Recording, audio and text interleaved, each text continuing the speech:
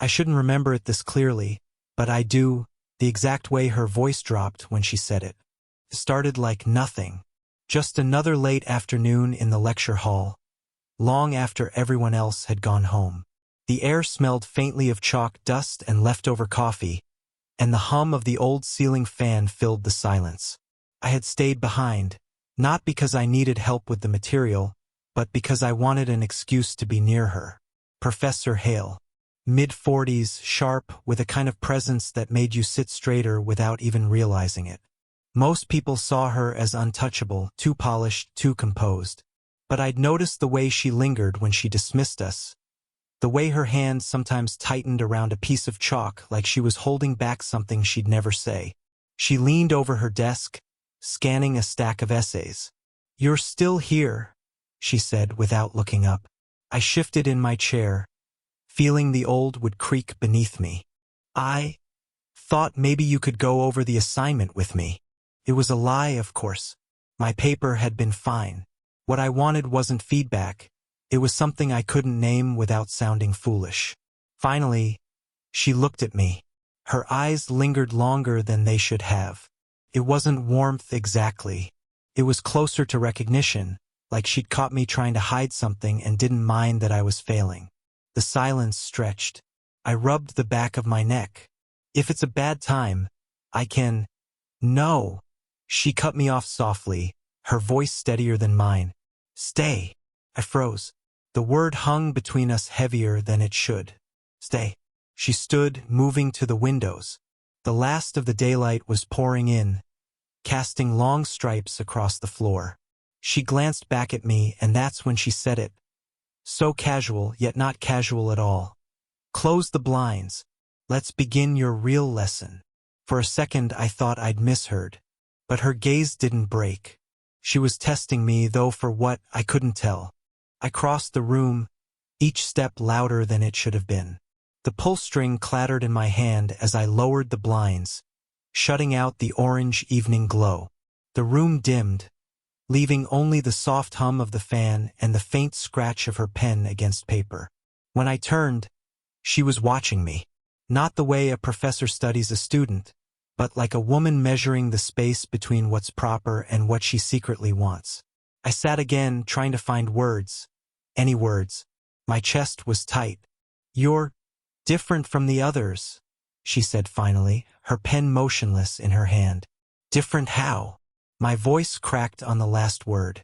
Her eyes softened, but her mouth stayed in a tight line, like she regretted saying it at all.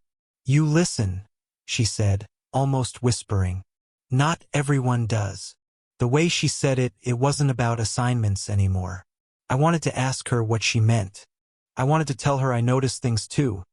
How she tucked her hair behind her ear when she was nervous. How she held her breath for half a second before speaking to the class. How her smile, when it came, was always too quick, like she didn't trust it to stay. But before I could speak, she set her pen down and stood. The sound of her chair scraping against the floor startled me. She walked toward me slowly, heels clicking in the silence. She stopped just close enough that I could smell the faint trace of her perfume. Something soft, not overpowering, like it had been chosen carefully, almost privately. Her hand brushed the edge of my desk, fingers grazing the wood. Then, almost by accident, the back of her hand touched mine. I didn't move. Neither did she. For a moment, all I heard was the fan, the blood rushing in my ears, and her voice, low, deliberate. "Tell me, what is it you really want to learn from me?" And that's where it began. Her question hung in the air longer than it should have. What do you really want to learn from me? I wanted to answer. God, I wanted to. But the weight of the room pressed against my chest, making words impossible. I wasn't supposed to be here like this. Blinds closed, her this close, both of us pretending this was about school. It wasn't. Professor Hale, no, Claire. I'd started thinking of her that way when no one else was around. She wasn't just a teacher anymore.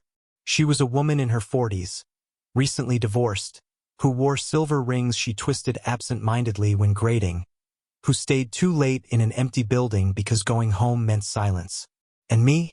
I was the student who stayed too, but for all the wrong reasons. She eased back a little, sensing the edge we were on.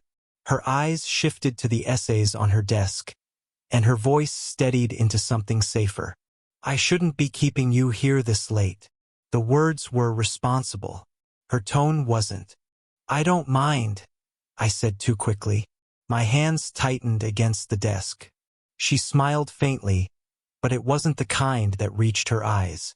It was weary, like she carried something she never put down. I'd noticed that look before, when she thought no one was paying attention. You know, she said softly, this job, it isn't as perfect as it looks. People think I have it all figured out. She let out a short, breathy laugh, more bitter than amused. If only they knew. I leaned forward, elbows on the desk. What don't they know? She blinked, caught by her own honesty. Her fingers toyed with the edge of a paper before she set it down carefully. That I come home to an empty apartment. That some days I feel invisible until I step into this room. The confession hit harder than I expected. I'd always imagined her as untouchable, sharp, unshaken. But hearing her say invisible made my chest ache. I didn't know what to do with the feeling, so I said the only thing that came to me. I notice. She looked at me sharply, as if testing whether I meant it. My throat tightened, but I held her gaze. Her lips parted, then closed again. For a moment she seemed to be fighting something back, the way people do when they almost admit too much. The silence between us thickened. I saw the way her shoulders rose and fell, the faint tremor in her hand before she folded her arms tightly across her chest. You should go, she said at last. But her voice betrayed her, softer now, hesitant. I stood, not sure whether to listen or not. But when I moved toward the door, her hand brushed my arm. Just a touch, barely there, but enough to stop me. Stay, she whispered. So quiet I almost thought I imagined it. And suddenly, leaving wasn't an option anymore. Her hand still lingered on my arm when the silence broke, the distant buzz of her office phone ringing on the desk. We both froze. The shrill sound cut through the room like a warning bell. She pulled back first, clearing her throat, though her eyes didn't quite leave mine. I should get that. I nodded, stepping aside as she crossed to her desk. Her hand hovered over the receiver, but she let it ring 4 times before finally picking up. Professor Hale, she said, voice clipped, professional. The mask was back on. I watched her shoulders stiffen as she listened. Whoever was on the other end didn't seem to notice her voice had dropped, that it was flatter, almost defensive. Yes, I'll have it graded by tomorrow. A pause. No, I don't need help. When she hung up, she let out a long, quiet breath. I could almost see the weight she carried settle heavier on her shoulders. Department chair, she explained, not looking at me. Always checking, always pushing. She rubbed her temple with 2 fingers. Sometimes I feel like they're waiting for me to slip up. I swallowed, unsure whether to say it. But the words came anyway. You don't slip up. Not here. Not with us. That made her turn. Her eyes softened, not wide open, but enough to show the crack in her composure. You think I've got it all together, don't you? I hesitated. The truth was sitting too close to my chest. I think you hold yourself tighter than anyone else ever could. Her lips parted as if to answer, but no words came. Instead, her gaze dropped to the floor, then back to me. You shouldn't notice things like that, she whispered. I can't help it. The admission slipped out before I could stop it. The quiet stretched again, heavier now. She stepped closer. Not quite within reach, but close enough that I could smell that faint perfume again. Something warm and understated. I tried to pull myself back, to remind myself of the boundary, but my thoughts betrayed me. The way her hair had loosened from its bun, the faint smudge of ink on her finger, the tired lines at the corner of her eyes, they were details no student should be memorizing. And yet I couldn't stop. Her hand brushed the edge of the desk near mine. Not touching, just hovering. She seemed to be fighting the same invisible thread, the one drawing us closer when every rule said we shouldn't be. Then a knock at the door. Sharp, sudden. We both jolted, her hand pulling back instantly. She glanced at the door, then back at me, her expression unreadable. "Locked," she said quickly, almost to herself. I stood there, heart hammering, as the knock came again and then faded into silence. Whoever it was had gone. Her eyes found mine again, and for the first time, she didn't look away. "Tell me," she said quietly, almost daring me. "Are you afraid of crossing lines?" And with that, the question hung there, dangerous, impossible, waiting to be answered. Her question cut through me. "Are you afraid of crossing lines?" I didn't answer right away. My mouth was dry, my pulse hammering too hard. She was standing so close I could see the faint shadow of fatigue under her eyes. The way her breathing had quickened even though she tried to look steady. "I don't know," I finally said, voice rough. "Maybe I am. But I can't stop thinking about it." Her expression faltered. For the first time, the sharpness dropped from her face, replaced by something fragile. "You shouldn't say things like that," she whispered. "I mean it," I pushed back, my words spilling before I could stop them. "I notice everything about you. How you twist your rings when you're nervous. How you pause before you lecture like you're steadying yourself. How you stay long after everyone leaves because—" I trailed off, afraid of finishing the thought. Her lips pressed together, and for a second, she looked like she might break. She turned away, leaning against the desk, one hand gripping the edge as though it was the only thing keeping her grounded. "You think it's simple," she said, her voice tight. "But it's not. I can't let myself be seen this way." The words hit harder than I expected. Let myself be seen. I stepped closer, careful, slow. "But I already see you." She inhaled sharply, shoulders stiffening. The room felt smaller, the hum of the fan louder, the air heavier. She didn't turn, didn't move. "You don't know what you're asking," she said finally, her voice trembling now. "You don't know what it would mean for me. I don't care about rules. I don't care about titles. I care about you." The words burst out, unpolished, too raw. She spun toward me then, eyes flashing. Not anger exactly, but something desperate, caught between resistance and longing. "Do you have any idea what that does to me, hearing you say that?" I swallowed, throat tight. "Maybe the same thing it does to me." The silence that followed was unbearable. She stared at me, eyes searching, as though looking for the part of me that didn't mean it. But I couldn't give her that. Her hand lifted slightly, hovering, hesitant, before she pulled it back, curling her fingers into a fist at her side. "You're too young," she said finally, her voice breaking. "Maybe," I admitted, stepping closer still. "But I've never been more certain about anything." We stood only inches apart now. Neither of us moved. Neither of us dared. The heat of her presence was almost unbearable. Her eyes locked onto mine, unblinking. The world outside the blinds, the rules, the consequences, all of it disappeared in the heavy silence between us. Then she whispered, barely audible, "What happens if I don't stop this?" And the room went still, holding its breath, waiting for an answer neither of us was ready to give. Her words, "What happens if I don't stop this?" still clung to the air when a sound cut through the silence. A vibration on the desk. Her phone lit up, the screen glowing with a name. She froze. I caught the look on her face before she masked it. A flicker of panic, guilt, and something else. The name read, David. I didn't move, but something in me twisted. She snatched the phone up, silencing it before it could ring again, setting it face down. I almost didn't ask, but the words pushed their way out. "Who's David?" Her eyes met mine sharply, then softened with resignation. She sank into her chair, pressing her palms flat against the desk. "My ex-husband." The word ex landed heavy but not final. I thought you were divorced. I am. She cut me off, her voice firm, but her gaze betrayed her. But he doesn't see it that way. He calls. He shows up. He wants to fix what's already gone. I stayed quiet, the weight of it sinking in. She wasn't free in the way I wanted to believe. Not completely.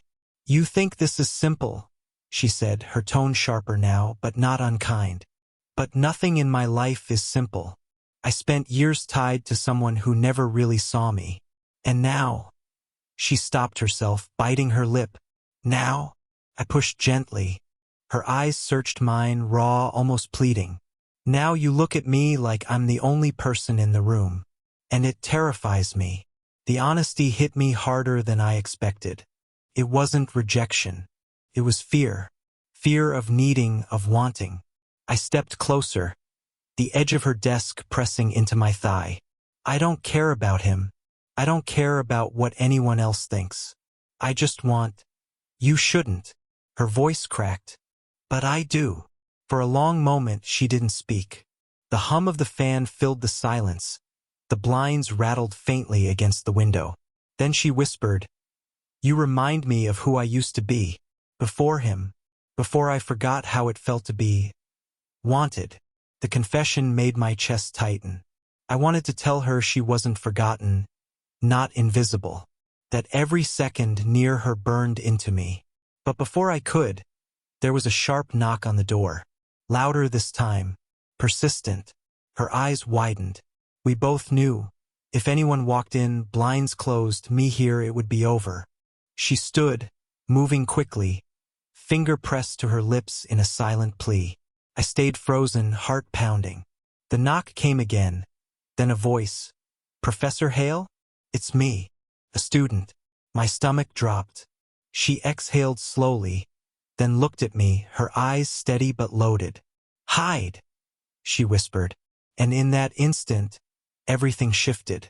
I ducked behind the tall cabinet in the corner just as the door handle rattled. My pulse roared in my ears. "Professor Hale?" The voice came again. Young, uncertain. A girl from class, maybe. Claire's tone was steady when she answered. "I'm busy. Come back tomorrow." A pause, then retreating footsteps. Silence returned, thick and heavy. I stepped out slowly, breath uneven. That was close. She was still by the door, her hand pressed against it, eyes shut. When she opened them, they glistened, not with fear, but with something heavier. "This is insane," she said, shaking her head. "I can't believe I let it get this far." The words stung, but I didn't move. "Then stop pushing me away. Tell me you don't feel it and I'll walk out right now." Her eyes locked on mine, pained. "You think it's that simple?" "Yes," I said, though my voice cracked. "Because I already know the truth." She laughed softly, bitterly, brushing a strand of hair from her face. "You're reckless. You don't know what it costs a woman like me to want something she shouldn't." "I know what it costs me not to say it," I shot back. "I can't sit in your class and pretend I don't think about you every day. I can't ignore how it feels when you look at me like what?" Her voice cut in, sharp, trembling. "Like I'm not invisible." The silence after that felt like a wound opening. She stared at me, lips parted, her whole body still. Finally, she whispered, "You think I don't notice you? Every time you linger after class. Every question that isn't really a question. Do you have any idea how dangerous it is for me to want you back?" The word "want" hung between us, unshakable. I stepped closer, not touching, but close enough to feel her breath.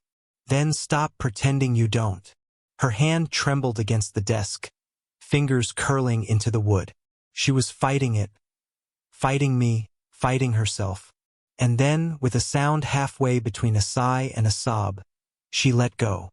She closed the space between us, her forehead resting lightly against mine.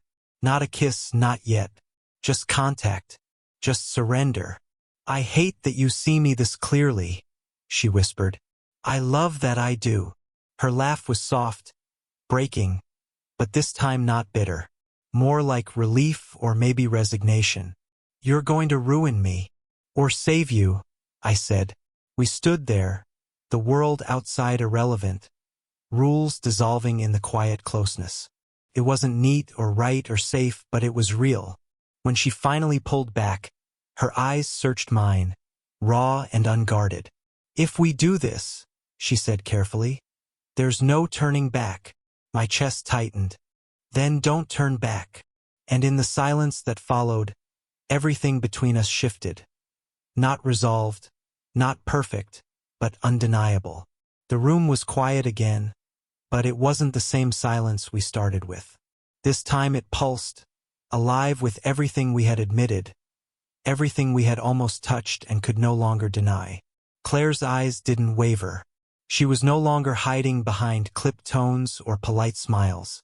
She looked at me the way she'd been afraid to, bare, unguarded, seen. "You know what this means," she whispered, almost to herself.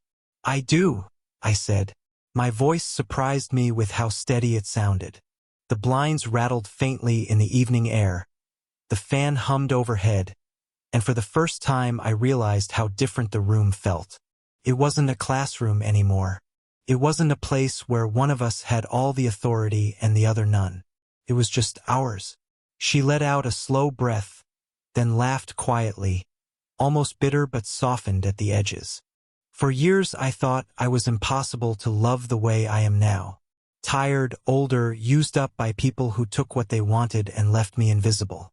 And then you—" Her voice broke, and she shook her head. "You ruined that story I told myself."